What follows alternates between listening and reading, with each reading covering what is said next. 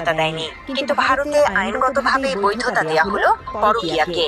একই সাথে সমকামিতাও কোনো দোষ নয় দেশটিতে। বাতিল করা হয়েছে মুসলিমদের ৩ তালাক ব্যবস্থাও। তাৎক্ষণিক ৩ তালাক, সমকামী সম্পর্ক, পরকীয়া অপরাধ নয়। সাম্প্রতিক অতীতে ভারতের সুপ্রিম কোর্ট এমন নানা বিষয়ে রায় এবং পর্যবেক্ষণ দিয়েছে। এর মধ্যে সমলিঙ্গ বিবাহের আইনি স্বীকৃতি নিয়ে দীর্ঘ লড়াই হয় ভারতে। এ নিয়ে দেশটির সুপ্রিম কোর্টে মামলা গড়ায়। এর আগে ২০২৩ সালের অক্টোবরে ভারতের সুপ্রিম কোর্টের সাংবিধানিক বেঞ্চ সমলিঙ্গ বিবাহ নিয়ে রায় দেয়।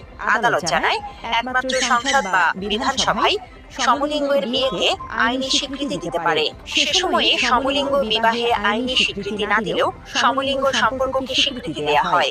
বিষয়টি নিয়ে ভারতের শীর্ষ আদালত ওই রায়ে জানায়, সমলিঙ্গ যুগলকে কোনো রকমভাবে হেনস্থা করা যাবে না। এ বিষয়ে সুপ্রিম কোর্ট পর্যবেক্ষণ দেয়, সমকামিতা